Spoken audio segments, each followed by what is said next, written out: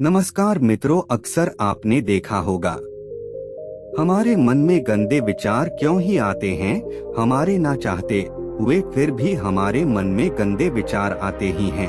परंतु क्यों?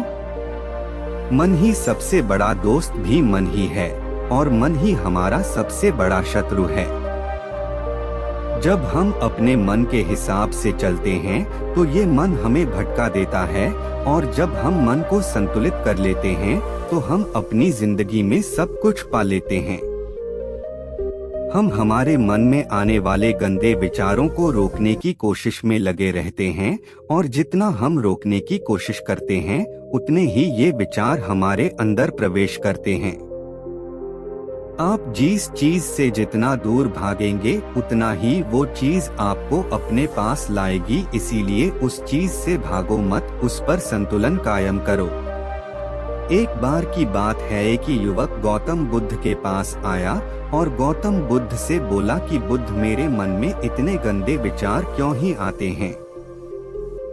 मैं नहीं चाहता कि मेरे मन में गंदे विचार आए, पर मेरे मन में हमेशा काम के विचार चलते रहते हैं और मैं इनके बारे में सोच सोच कर बहुत ही परेशान रहता हूँ। मेरी ऊर्जा और समय यह सब सोचने में ही नष्ट हो जाता है, और इन सब विचारों की वजह से मैं कभी भी शांत भी नहीं रह पाता, और मैं हमेशा ही स्त्रियों को देखकर उनकी ओर आकर्षित हो जाता हूँ। अपने आप को रोक नहीं पाता। बुद्ध मुस्कुराए और उन्होंने उस युवक से पूछा, क्या तुम जानते ही ये सब काम वासना होती क्या है? फिर लड़के ने उत्तर दिया और कहा, मैं ये तो नहीं जानता कि काम वासना होती क्या है, पर हाँ, ये जो भी है बहुत बुरी चीज है। फिर गौतम बुद्ध ने युवक से कहा कि सबसे पहले तो तुम्हें ये समझना चाहिए है कि प्राकृतिक रूप से जो भी चीजें हमारे अंदर है वो बुरी नहीं है। हमारे जीवन में उसकी कुछ ना कुछ जरूरत है। वासना कोई बुरी बात नहीं है।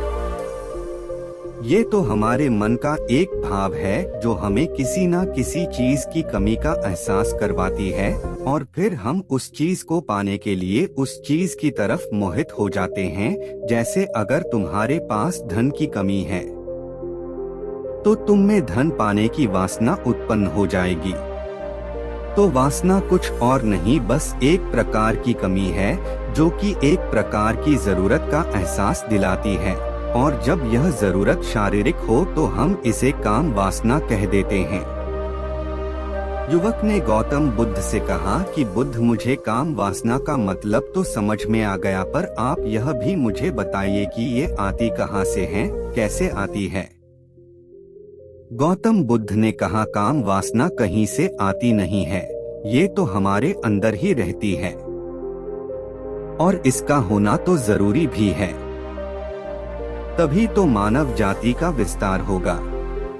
युवक ने कहा, जब यह हमारे अंदर ही है और जरूरी भी है तो फिर लोग इसे गलत क्यों कहते हैं, फिरते हैं? गौतम बुद्ध ने युवक से कहा, यही तो समस्या है कि लोगों ने काम वासना को गलत तरीके से सोच लिया है। इसे छिपाने की और दबाने की कोशिश करते हैं। काम वासना गलत नहीं है, बल्कि काम वासना का गलत तरीके से प्रयोग करना ही गलत बात है। लोग जिससे प्रेम करते हैं बस उसी के लिए जीने लगते हैं, उसे पाना ही अपना लक्ष्य बना लेते हैं, लेकिन उसी के बारे में हमेशा सोचते रहते हैं। पर ये सब गलत है। गौतम बुद्ध ने युवक से कहा, क्या तुम्हें पता है जानवरों में भी काम वासना होती है? युवक ने उत्तर दिया, हाँ बुद्ध, जानवरों में भी काम वासना होती है, क्योंकि जानवर भी तो आखिर अपनी पीढ़ी को आगे बढ़ाएंगे ही। बुद्ध ने कहा, फिर तो हम जानवरों की काम को गलत क्यों नहीं कहते? युवक ने कहा, मुझे नहीं पता महात्मा, आप ही मुझे बताइए। गौतम बुद्ध ने कहा कि जानवर अपनी काम वासना का प्रयोग सिर्फ आनंद प्राप्ति के लिए नहीं करते हैं, वो तो सिर्फ संतान उत्पन्न करने के लिए एक काम वासना का उपयोग करते हैं।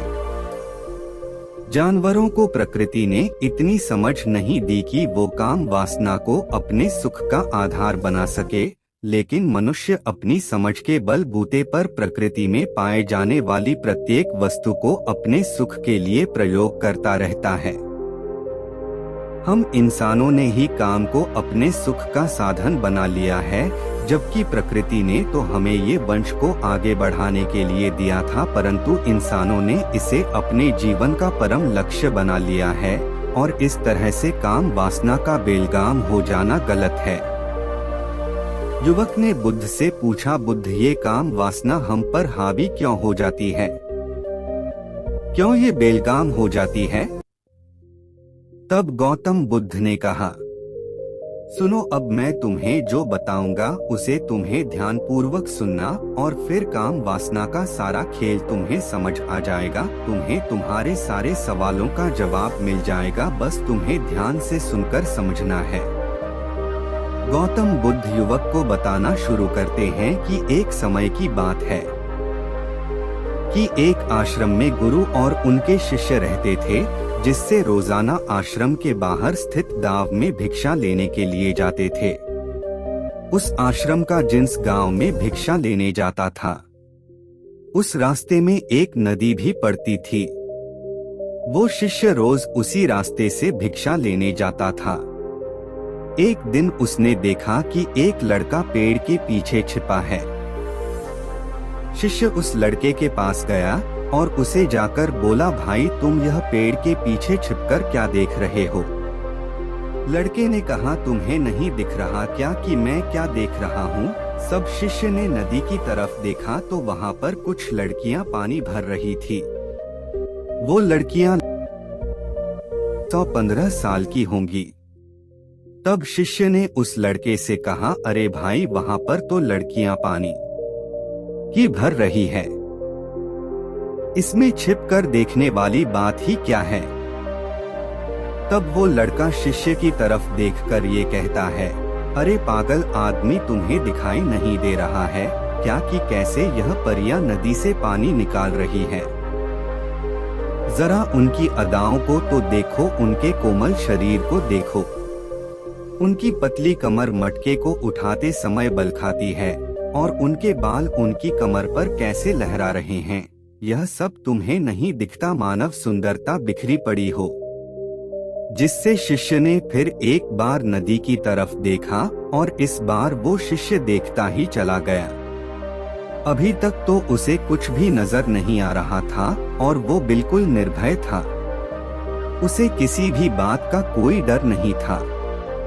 लेकिन अब वो छिपने लगा और वह भी उन लड़कियों को देखने लगा जैसे उसने कोई अपराध कर दिया हो। और जब वो छिपकर उन लड़कियों को देख रहा था तभी वो अचानक अंदर से बहुत ज्यादा कांपने लगा और उसने कहा कि मैं ये क्या कर रहा हूँ? मैं जो कर रहा हूँ वो बिल्कुल भी सही नहीं है। मुझे यहाँ से चले जाना ही उचित होगा। और फिर वो जल्दी से वहाँ से चला गया। वो आश्रम पहुंच जाता है। आश्रम जाकर वो अपने कार्य में लग गया, लेकिन जो अभी वो देखकर आया था वही उसकी आंखों के सामने वही दृश्य बार बार आ रहा था। उसके मन में वही दृश्य चल रहा था। उसका मन वही सब कुछ देखने के लिए लालायित हो रहा था। उसका किसी भी काम में बिल्कुल भी मन नहीं लग रहा था। सुबह होते ही वो रोज जल्दी ही एक शिक्षा के लिए आश्रम से निकल जाता और फिर उस नदी के पास वाले वृक्ष के पास जाता जहाँ पर वो लड़का पहले से मौजूद हुआ करता था और अब वह भी उसके साथ मिलकर लड़कियों को छुप छुप कर देखने लगा। अब वो शिष्य रोज ही ऐसा करने लगा। ये उसका रोज का काम हो गया। अब उस शिष्य का उस काम को छोड़कर किसी दूसरे काम में मन नहीं लगता था।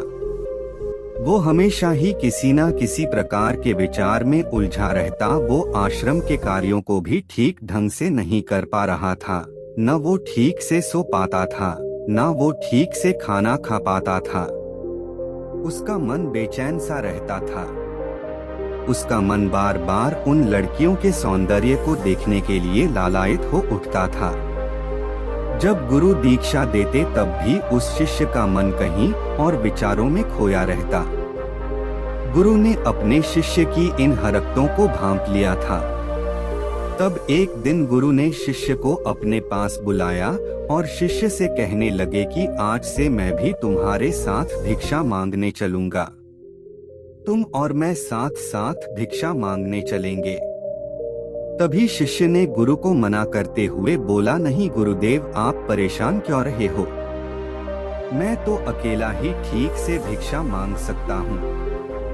गुरु ने शिष्य से कहा, ठीक है, तुम अकेले ही भिक्षा मांगने जाओ। वो शिष्य तुरंत ही वहां से भिक्षा मांगने के लिए निकल पड़ा। उसके जाने के बाद गुरु जी भी आश्रम से निकल गए और शिष्य का पीछा करने लगे कि वो कहाँ जाता है, किससे मिलता है। ये सब देखने के लिए उसके पीछे पीछे चलने लगे। थोड़ी दूर जाने के बाद गुरु ने देखा कि उनका शिष्य एक लड़के के साथ एक पेड़ के पीछे अपराधी की तरह छिपा हुआ है और छिपकर कुछ देख रहा था। यह देख पहले तो गुरु हैरान हो गए, फिर गुरु भी अपने शिष्य के पीछे जाकर खड़े हो गए। या आखिर उनका शिष्य ऐसा क्या देख रहा है जिसे देखने के लिए वो पेड़ के पीछे अपराधियों की तरह छुपा खड़ा है। गुरु ने देखा कि उनका शिष्य पेड़ के पीछे छुपकर लड़कियों को देख रहा था जो कि नदी से पानी भर रही थी। तभी गुरु ने शिष्य को कहा, शिष्य, तुम्हें लड़कियों को ऐसे क्यों देख रहे हो? अपने गुरु की आवाज सुनकर बस डर से घबरा गया और उसके पसीने छूटने लगे।